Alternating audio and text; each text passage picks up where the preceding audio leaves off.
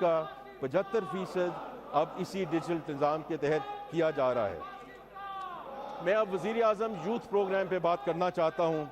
جناب اسپیکر، ہمارے قومی شاعر علامہ اقبال نے کہا تھا، محبت مجھے ان جوانوں سے ہے ستاروں پہ جو ڈالتے ہیں کمن۔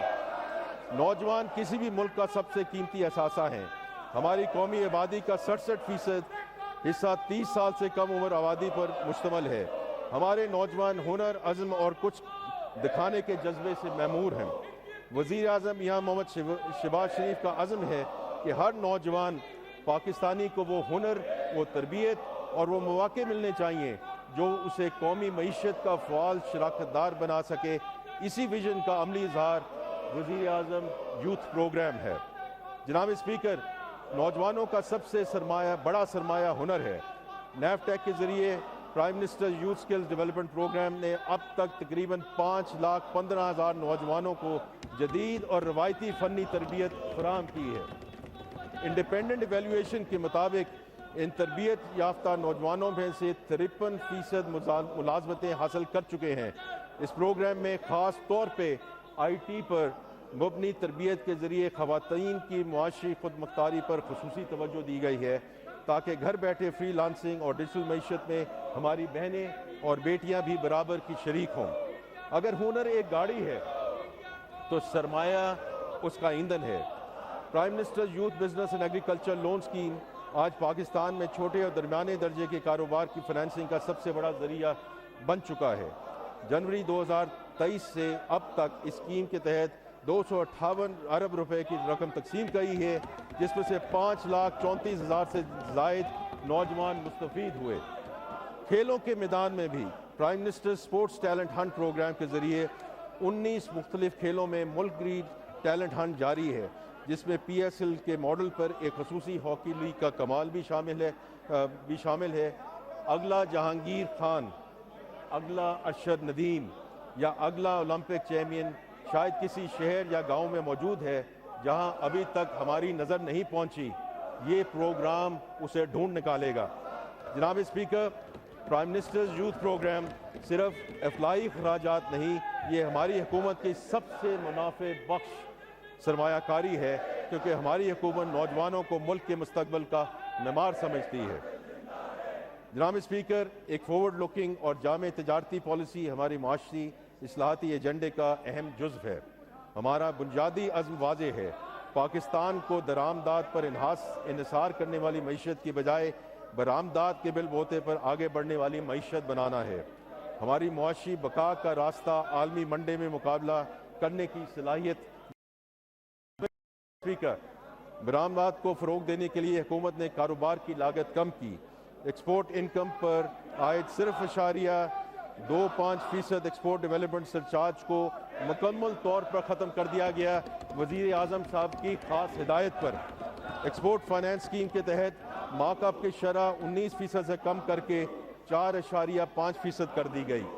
ایکسپورٹ فیسیلیٹیشن اسکیم کے تحت سہولت کی مدت 9 ماہ سے بڑھ کر 18 ماہ کر دی گئی تاکہ برآمد کنندگان کو کیش فلو کے مسائل کا سامنا نہ کرنا پڑے۔ اس کے علاوہ صنعتی بجلی کے نرخ بھی کم کیے گئے۔ یا میں کہتا چلوں کہ ابھی 2 یا 3 ہفتے پہلے ڈسپائٹ دا فیکٹ کہ ہماری جو پالیسی ریٹ ہے وہ 11.5% پہ چلا گیا، لیکن وزیر اعظم پاکستان اور گورنر اسٹیٹ بینک کے درمیان جو بات چیت ہوئی اس کے درمیان یہی ڈیسائیڈ کیا گیا کہ ایکسپورٹر پہ جو ریٹ ہے وہ 4.5% پہ ہی رکھا جائے گا۔ جناب اسپیکر، 25-30 نیشنل ٹیرف پالیسی پر عمل درآمد کے پہلے ہی سال میں حکومت نے ٹیرف کو معقول بنانے کا کام شروع کیا اور 7,500 ٹیرف لائنز پر ٹیرف میں کمی کی، خصوصاً خام مال اور انٹرمیڈیٹ گڈز پر، تاکہ صنعتوں کو پیداواری لاگت کم ہو۔ ٹیکسٹائل اور ملبوسات کی مشینری کی ڈیوٹی فری درآمد کی اجازت دی گئی، جس کے نتیجے میں مشینری کی درآمد میں 21% اضافہ ہوا ہے۔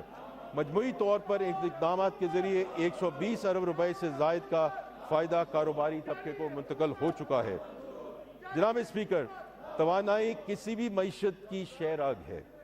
گزشتہ 1 سال میں خطے میں بحران کے باوجود پاکستان نے توانائی کے شعبے میں کئی محاذوں پر اہم کامیابیاں حاصل کیں۔ गुज़श्ता 2 बरसों में हुकूमत ने तवानाई के शोबे में ऐसी स्ट्रक्चरल रिफॉर्म शुरू की हैं जो ना सिर्फ मौजूदा बहरान से निपटने के लिए बल्कि आने वाले मुमकिन बहरान के लिए भी पाकिस्तान को तैयार करेंगी। हमारा मकसद तवानाई की खुद कफालत, सारिफ के लिए कम कीमतें और एक ऐसा निज़ाम है जो ज़मानतों पर कम से कम इन्हिसार करे। इस सोच के तहत मैं इस मुअज़्ज़ज़ ऐवान के सामने बिजली, तेल और गैस के मैदान में हमारे अहम इक़दामात का जिक्र करना चाहूँगा। जनाब स्पीकर, बिजली का शोबा अपनी तारीख के सबसे गहरी इस्लाहाती दौर से गुजर रहा है। गुज़श्ता 2 बरसों में इस शोबे ने माली नज़्म व ज़ब्त और कारकर्दगी में बेहतरी का मुज़ाहरा किया, जिसके नतीजे में माली साल 25-26 में बजट में मुख्तलिफ सब्सिडी के मुकाबले में 143 अरब रुपए से ज़ायद की बचत हासिल की गई। सबसे अहम बात यह है कि ये कमी मुस्तहिक सार्फिन पर बोझ डालकर नहीं बल्कि इस्लाहात के ज़रिए हासिल की गई। मज़ीद बरां IPP से मुज़ाकरात के नतीजे में तकरीबन 3.7 ट्रिलियन रुपए की बचत हासिल करने के इक़दामात किए गए। जनाब स्पीकर, इस शोबे की इस्लाहात में सबसे अहम कदम competitive trading bilateral contract market का अमली आगाज़ है। इसके तहत पहली कम्पेटिटिव है जिसमें तकरीबन 800 मेगावाट बिजली का कारोबार एक मुसाबकती मार्केट पर मबनी फ्रेमवर्क के तहत होगा। ये कोई मामूली पेशरफ्त नहीं है।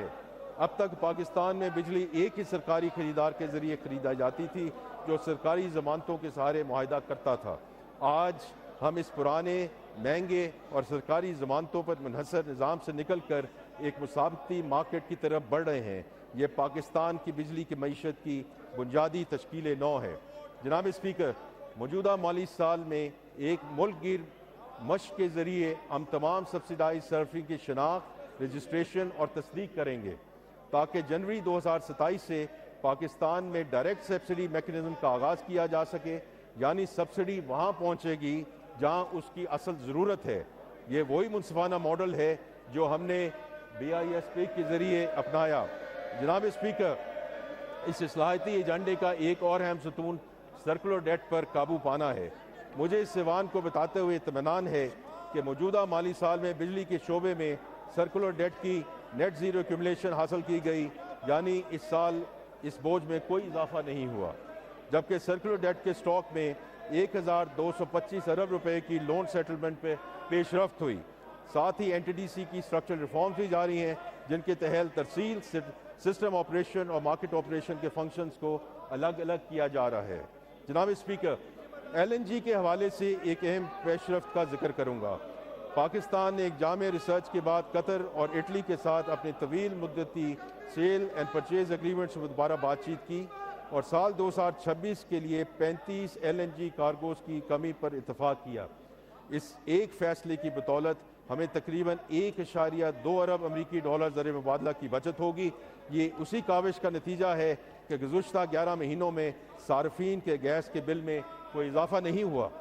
जनाब स्पीकर, ईरान अमरीका जंग के पेश नज़र हमने मकामी गैस की पैदावार बढ़ाने पर भी तवज्जो मरकूज़ की। मार्च 2026 के बाद हमारी तेल की तलाश की कंपनियों ने कौमी निज़ाम में तकरीबन 100 MCC FD अजाफी गैस शामिल की, जिसने बिजली की पैदावार में शॉर्टेज को नुमायां तौर पर कम किया। हमने खाद की पैदावार को एक लम्हे के लिए भी रुकने नहीं दिया। मुल्क के 10 खाद कारखानों को गैस की मुसलसल फराहमी यकीनी बनाई गई। इसी तरह LNG पर काम करने वाले प्लांट्स के लिए भी गैस मुख्तस की गई। जनाब स्पीकर, हुकूमत ने तेल और गैस के दरियाफ्त के दरमियान भी अहम कामयाबी हासिल की हैं। पाकिस्तान ने 20 साल बाद ऑफशोर लाइसेंसी के 24 ब्लॉक्स कौमी और बैनुल अक़वामी ENP कंपनी को अलॉट किए हैं। ये पाकिस्तान की offshore oil and gas exploration की तारीख का संग मील है। काबिल ज़िक्र बात यह है कि बरादर मुल्क तुर्किया की कौमी तेल कंपनी TPAO ने पाकिस्तानी कंपनियों के साथ शराकतदारी के ज़रिए हमारे ऑफशोर सेक्टर में कदम रखा है। माली साल 25-26 के दौरान ENP शोबे में सरमायाकारी 1 अरब डॉलर से है तवक्को है। इस अरसे में 17 नई तेल और गैस की दरियाफ्तें हुई, जिनसे मकामी पैदावारी इस्तेदाद में 108 MMCFD गैस और तकरीबन 16,000 बैरल यौमिया तेल का इजाफा हुआ, जबकि प्रोडक्शन में इजाफा के ज़रिए मज़ीद 229 MMCFD गैस और 13,000 बैरल तेल कौमी निज़ाम में शामिल हुआ। जनाब स्पीकर, मादनियत के शोबे में हमारा फ्लैगशिप मनसूबा रेकोडेक इस साल फाइनेंसिंग और इम्प्लीमेंटेशन के कई अहम संग मीर अबूर कर चुका है। हम इस मनसूबे की बर वक्त तकमील के लिए पुरअज़्म हैं। जनाब स्पीकर, मैं अब इंफॉर्मेशन टेक्नोलॉजी और टेलीकम्युनिकेशन पर बात करना चाहता हूँ। पाकिस्तान में इंफॉर्मेशन टेक्नोलॉजी का शोबा तेज़ी से तरक्की कर रहा है। ये शोबा मुल्क की तरक्की और एक्सपोर्ट बढ़ाने में नहायत अहम किरदार अदा कर रहा है। गुज़श्ता एक साल में इस शोबे में कई अहम कामयाबियाँ हासिल हुई, जिसकी तफसील दर्ज झैल है। IT के शोबा की बरामदात में 20% से ज़ायद की सालाना शरह नमू से बढ़ रही हैं।